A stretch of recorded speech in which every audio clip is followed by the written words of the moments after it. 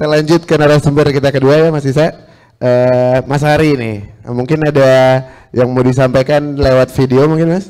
Boleh? Nanti sambil dijelasin aja Mas, pas videonya mulai. Tapi luar biasa ya, biasanya kan kalau kita berbicara mengenai ide itu kan gak semua bisa dieksekusi ya. Betul. Nah, ide itu murah, eksekusinya yang mahal, tapi luar biasa Mas ini bisa eksekusi itu dengan baik. Ya. Jadi inilah salah satu bentuk UMKM yang sudah bisa men-scale up dirinya sendiri. Yang tadinya kita hampir sama Mas, saya juga dulu orang otomotif. Saya keluar tahun 2017, kemudian memutuskan untuk jadi entrepreneur itu di tahun 2017 akhir. Dan sama, perjuangannya sama, from zero to hero juga.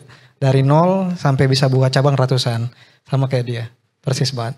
Baik, mungkin saya nggak akan cerita tentang perjalanan F&B-nya, tapi hari ini mungkin saya akan berbagi pada teman-teman bahwa UMKM itu bisa kita scale up. Seperti founder Bakso Jos, caranya gimana?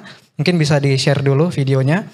Tahu sekilas tentang apa sih GK Hebat itu, dan bagaimana cara kerja GK Hebat untuk UMKM.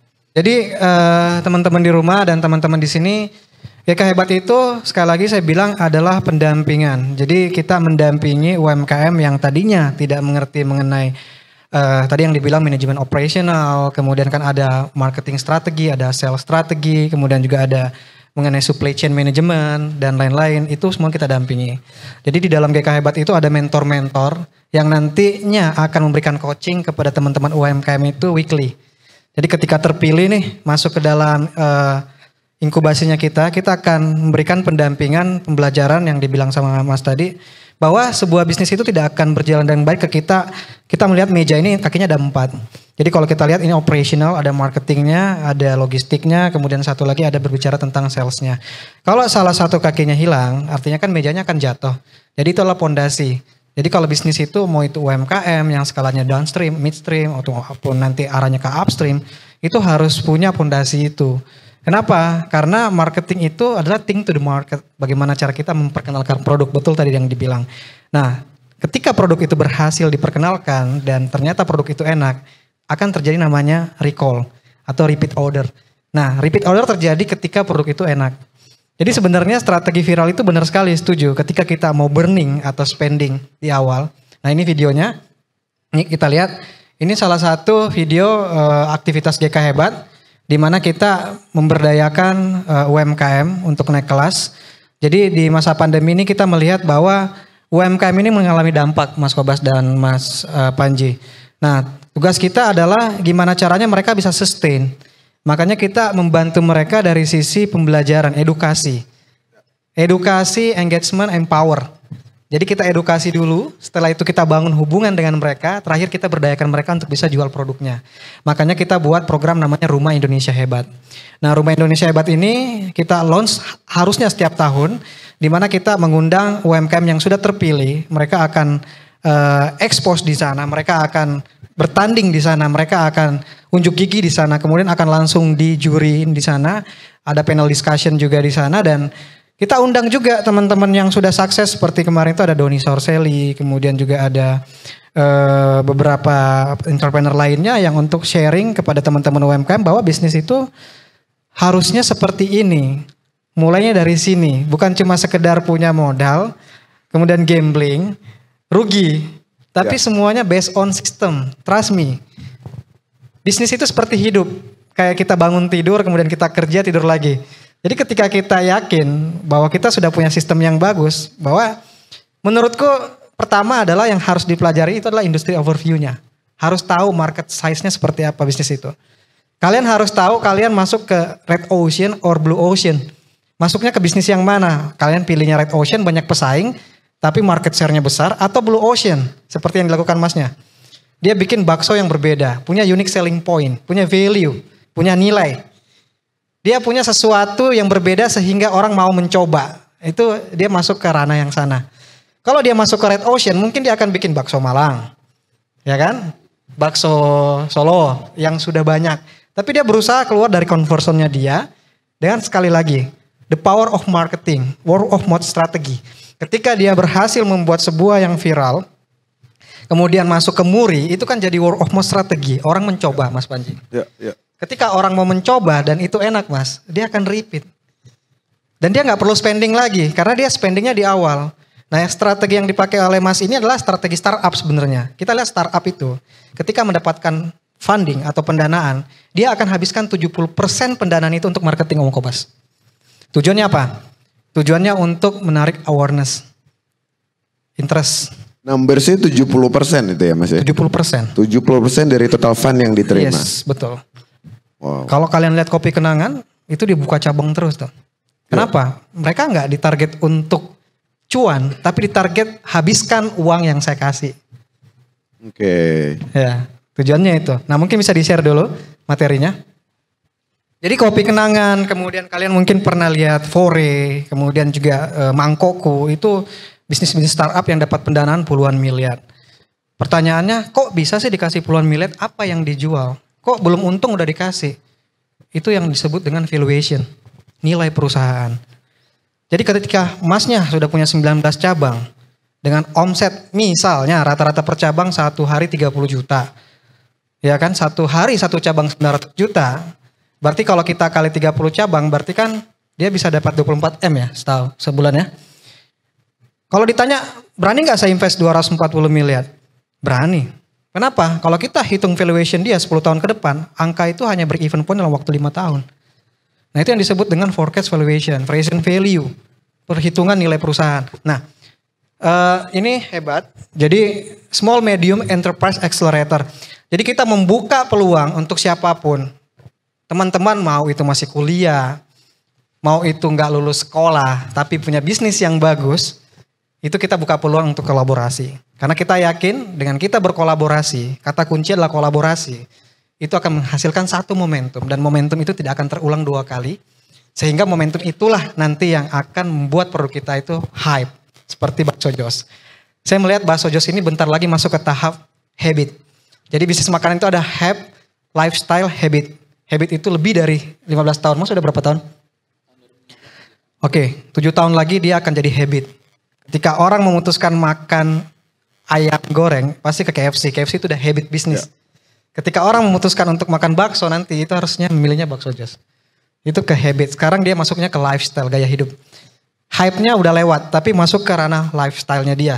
Orang melihat bisnis dia sebagai lifestyle.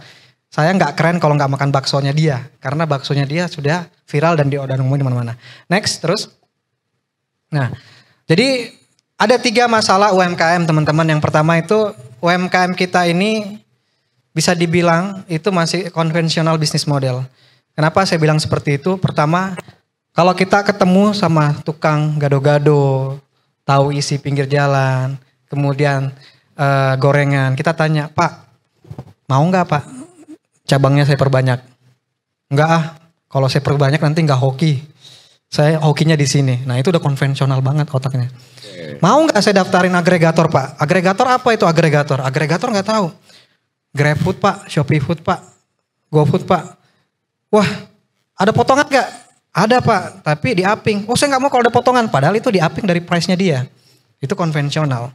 Bapak mau nggak? Ini gado-gadonya kita bikin frozen. Oh jangan, kalau dibikin frozen resep orang tua saya hilang. Konvensional. Jadi ini yang harus dirubah. UMKM kita ini harus open minded bahwa ketika dia mau scale up bisnisnya, dia harus open minded. Kita harus rubah ini arahnya ke modernisasi. Itu pertama. Yang kedua, pemahaman terhadap produk yang tadi saya bilang ada frozen food, kemudian ada ready to eat dan lain-lain. Dan yang ketiga adalah susahnya mereka untuk mencari strategic partner. Mungkin kalau Masnya tadi udah gampang karena udah terkenal, bisa ajak Magdalena, ajak Deddy Corbuzier. Tapi teman-teman UMKM di luar sana ada 63 juta UMKM itu hanya 7% yang paham teknologi. Mereka itu pun yang 7% itu mengerti mendaftarkan produknya misalnya di Tokopedia, Shopee Mall, tapi nggak mengerti cara memasarkannya. Nah itulah hebat hadir di sini. We believe that collaboration is the key to solve this problem. Jadi kita yakin ketika kita berkolaborasi sama mereka, UMKM, adik-adik di sini atau adik-adik di rumah, kita yakin kita bisa membantu untuk meningkatkan UMKM ini naik kelas. Next, saya cepat aja. Kasihan Om Kobas sudah nunggu. Jadi visinya adalah kita mau digitalisasiin sebenarnya. Jadi UMKM ini adalah usaha mikro kecil menengah yang nantinya kita akan naikin kelas. Nah caranya gimana? Next mungkin bisa lihat lagi slide berikutnya. Nah kita buatlah yang namanya Rumah Indonesia Hebat. Ini setiap tahun ada. Mungkin tahun 2020 itu di The Breeze, kemudian Tangerang, 2021 itu online, 2022 kemudian akhir tahun kita bikin offline lagi. Jadi buat teman-teman yang punya UMKM monggo daftar, silakan.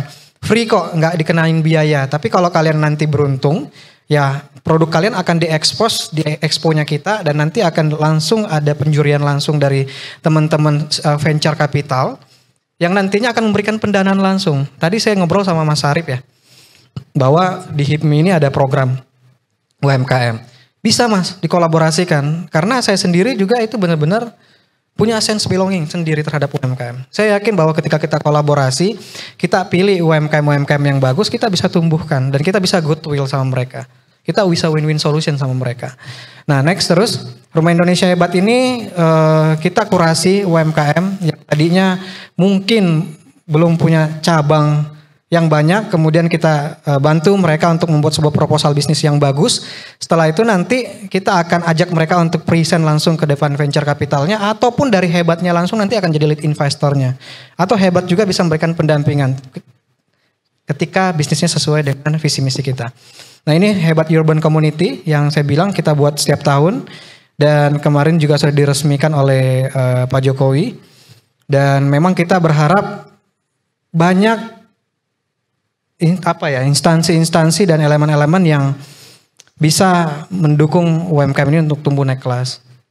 Karena gini loh, UMKM ini backbone. Dari GDP aja 60% dan penyerapan tenaga kerja itu 97%. Dan mungkin kalau kita lihat Mas Kobas dan Mas Isa ini punya karyawan udah ribuan. Artinya apa? 2 orang yang di samping saya ini udah berkontribusi untuk membuka lapangan pekerjaan.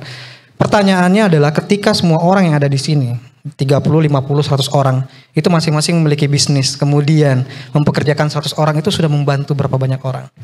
Itulah kenapa saya sangat semangat sekali untuk membantu UMKM Pak. Syukur-syukur nanti bisa ada di pemerintahan juga untuk bantu UMKM. Luar biasa. Jadi saya kalau ketemu Pak Teten ya, Pak Teten Mas Duki, Menteri UMKM, saya bilang, Pak, ini kalau kita nggak segera bekerja sama dengan elemen mahasiswa, orang kreatif untuk membantu UMKM, ini telat loh. UMKM yang ada di luar negeri, itu kalau dibandingkan dengan UMKM kita itu jauh sekali. Jauh sekali. Mereka itu semuanya udah cashless Pak. Semuanya udah cashless. Bahkan sudah punya aplikasi sendiri. Jadi kayak bakso Jos yang di sana itu udah ada aplikasinya. Mesennya nggak lewat Gojek, Grab lagi langsung ke aplikasi. Dan gak ada potongan tuh masuk semua. Gak ada. Sama kayak Kopi Kenangan sekarang itu udah punya aplikasi sendiri. Dia gak ada potongan lagi. Jadi pesannya lewat aplikasi. Next terus. Nah ini selain kita juga buat Rumah Indonesia Hebat, kita juga buat kampus roadmap, kita keliling. Jadi adik-adik di sini yang kampusnya mau dikunjungi sama Hebat, langsung aja. Mungkin situ ada asisten saya, Mas Acing, kasih tahu kampusnya apa. Nanti kita coba atur waktu untuk kita roadshow ke sana, memberikan pendampingan materi, ataukah itu nanti kita lakukan pitching untuk bisnis teman-teman. Karena kita punya mimpi bukan cuma sekedar konsep. Balik lagi saya bilang seperti ini, saya di marketing udah 8 tahun. Ide itu murah, eksekusi ini kalau nggak bagus, itu sia-sia, 0. Jadi ketika sudah punya mimpi yang bagus, UMKM nanti ke digital, ya harus dilakukan dan kerja keras. Caranya gimana? Harus banyak ke pasar, market. Nah marketnya siapa? Mahasiswa. Marketnya siapa? UMKM, UKM. Marketnya siapa? Mungkin juga marketnya nanti bisa sampai ke diaspora yang di luar sana. Saya juga punya plan untuk teman-teman diaspora yang di luar negeri itu bisa jadi orang yang mempromosikan produk UMKM kita. Karena kenapa? Ya kalau kita nggak bergandengan tangan, ya kita nggak kolaborasi, ya kita nggak bisa bantu. Gak ada yang tahu nanti Bakso Jos bisa go internasional kan. Bisa buka 10 negara misalnya kayak gitu. Kenapa kata kuncinya? Networking. Kolaborasi. Hari ini kita ketemu, kita kolaborasi, kita berbagi jaringan, dan itu bisa berhasil. Yang saya bilang tadi, edukasi, engagement, empower gitu loh ya kan. Jadi sesama kita ini edukasi, kita jalin hubungan, terus kita berdayakan jaringan kita. Next. Nah ini sedikit lagi, ini salah satu brand yang pertama kali diakselerasi oleh PT Hebat, namanya Sang Pisang, salah satu brand saya juga Om Kobas. Saat ini Sampisang merupakan member dari 2019, sudah ada di 2 negara, Malaysia dan Indonesia. Yang tadinya dia cuma punya 1 cabang di Makassar. Kebetulan saya orang Makassar. Saya bawa ke Jakarta. Kemudian sekarang sudah punya 67 cabang di Indonesia dan 10 cabang di Malaysia. Ya kurang lebih sudah membantu 530 orang karyawan. Luar biasa. Kemudian next lagi ada Ternak Kopi. Ternak Kopi itu ada 33 cabang. Pandemi ini tutup 10 cabang karena di mall. Sisa 23 cabang dan sekarang bisnisnya kolaborasi dengan Kopi Kenangan, Access One dan Live Juice. Dan ya karena ini sistemnya banyaknya Cloud Kitchen, jadi kita sekarang shifting nih. Pivot bisnis yang tadinya di mall kita pindahin ke Cloud Kitchen. Karyawannya yang tadinya 300 sekarang 171 orang. Next. Ini juga salah satu yang kita bina namanya Yang Ayam. Yang Ayam ini member di Hebat dari tahun 2019. Lokasi Jakarta sekarang sudah punya kurang lebih 12 cabang. Dan sekarang lagi pengembangan untuk frozen. Mungkin kalau kalian makan ayam di Alfamart itu ini tuh ayam Yang Ayam sebenarnya. Jadi frozen ya, ini yang saya bilang. Kalau pandemi tadi Mas bilang kita nggak bisa berpikir kreatif dan inovatif, kita nggak akan bisa baca peluang. Ketika pandemi kan semua sepi ya. Akhirnya kita bikin frozen, kita coba jual ke Alfa, ke modern market, kemudian modern trade dan lain-lain kita jual. Kemudian, nah ini satu lagi, ada Enigma Bootcamp, bisa next. Nah ini salah satu bisnis IT. Jadi ini member dari 2019 buat teman-teman mahasiswa yang punya kemampuan di IT. Nah kenapa ada IT, ada digital? Karena kita pengennya nanti ke digitalisasi. Jadi adik-adik yang punya kemampuan di digitalisasi, IT, bisa bikin aplikasi, software dan lain-lain. Kalian daftar aja ke Enigma Bootcamp. Karena di Enigma ini nanti kalian akan didampingi secara free, dapat gaji pula. Karantina dapat gaji, ketika udah siap kita salurkan ke perusahaan-perusahaan partner kita kayak di Astra, Sinarmas, Mandiri dan lain-lain. Ini udah jalan dari 2019 dan sudah memberdayakan, kalau ini data lama 56 lulusan, sekarang itu mungkin udah 300 lulusan dengan yang di inkubasi sekarang sekitar 500 orang. Next terus. Nah ini juga merupakan, mungkin pernah dengar ya, Roti Indonesia 1 yang dimana waktu itu Mas Kaisang viral di billboard pengen mencalonkan diri jadi presiden. Sebenarnya itu teknik marketing. Jadi RI1 itu adalah Roti Indonesia 1 namanya Let's Toast. Let's Toast itu dulu datang ke Hebat punya 1 cabang. Dan setelah mendapatkan pendampingan, mendapatkan pembelajaran tentang venture capital, crowdfunding, kemudian mendapatkan pelajaran tentang manajemen bisnis, kemudian operational dan lain-lain, akhirnya dia sudah ongoing 20 cabang tahun ini dan channel distributionnya Jabodetabek dan kurang lebih kalau nggak salah sekarang karyawannya itu ada sekitar 400 orang. Next. Nah ini juga salah satu membernya GK Hebat, jadi bukan cuma makanan ya, kalau teman-teman mau punya bisnis snack, keripik itu juga bisa kita bantu, ini Siap Selalu Mas, perjalanannya dari Solo. Channel distribution sekarang ada di Alfamart, Indomaret, Alfamidi, Food Hall, dan lain-lain. Kota asal Surakarta, nah ini kalau karyawannya lebih banyak lagi, mungkin udah ribuan. Next terus. Ini juga baru kita funding kemarin, Trix Biskuit. Nah ini juga merupakan salah satu bisnis yang dibina sama GK Hebat. Di mana dia target marketnya ekspor dan modern trade. Yang tadinya dia belum mendapatkan strategic partner, kita bukakan jalan. Dan ini adalah salah satu bisnis UMKM yang bermula dari from zero to hero juga. Next, terakhir adalah Sang Rasa, ini baru launching kemarin. Kita coba tes di Medan dan ternyata bagus. Ini jalan cabang keempat di Jakarta nanti di apartemen Kalibata dan Gading Nias.